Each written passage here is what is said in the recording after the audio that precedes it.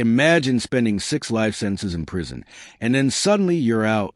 This is not a Netflix drama, but real life. Because this week, Donald Trump, yes, the Donald J. Trump, commuted the federal prison sentence of none other than Larry Hoover, the original founder of Chicago's infamous street gang, the Gangster Disciples. Let's pause right there. This is the same Larry Hoover who was handed 6 life sentences in the 90s for crimes that include conspiracy, drug trafficking, extortion. The full buffet. 6 life sentences. But this week, that federal sentence is gone. Slate wiped clean by Trump with a single signature. Now, before you start printing free Larry t-shirts, let's rewind. Larry Hoover wasn't always a household name. In the 70s, he was just another South Side hustler. But by the 90s, he had turned the Gangster Disciples into a nationwide empire of chaos. Even after being convicted of murder back in 1973, Hoover reportedly kept running his gang from prison. That's right, locked up but still calling shots. The OG. Some say he never stopped. Prosecutors in 2021 claimed he was still promoting GDs from behind bars. Yet others argued he changed, that he evolved. In the 90s, Hoover rebranded the gang into something he called growth and development, a supposed shift toward community work. He even supported criminal justice reform and backed Trump's First Step Act, the very law that opened the door to his release.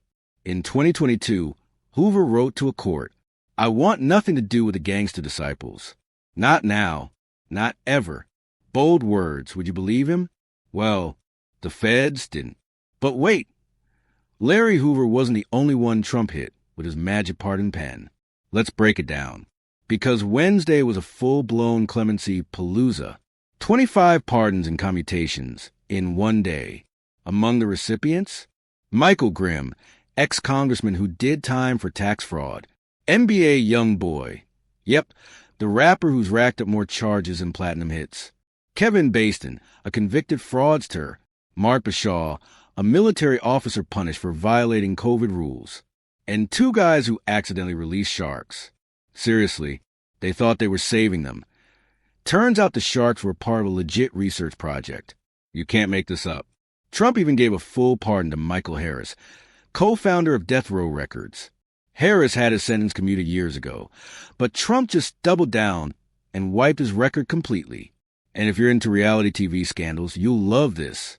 On Tuesday, Trump pardoned Todd and Julie Crisley, who were convicted of defrauding banks and dodging taxes. Because, apparently, tax crimes are the new parking tickets. But here's where it gets spicy. Trump even said he's taking a look at pardoning the men charged with plotting to kidnap Michigan Governor Gretchen Whitmer. His exact words. Looked like a railroad job. Some people said some stupid things. That's right. The alleged domestic terrorists might be next on the clemency list. So let's tally this up. You've got a gang leader, a rapper, reality stars, fraudsters, shark liberators, and alleged kidnappers, all tied together under the magical spell of a presidential pen. Welcome to America, where second chances are real if the president likes your vibe.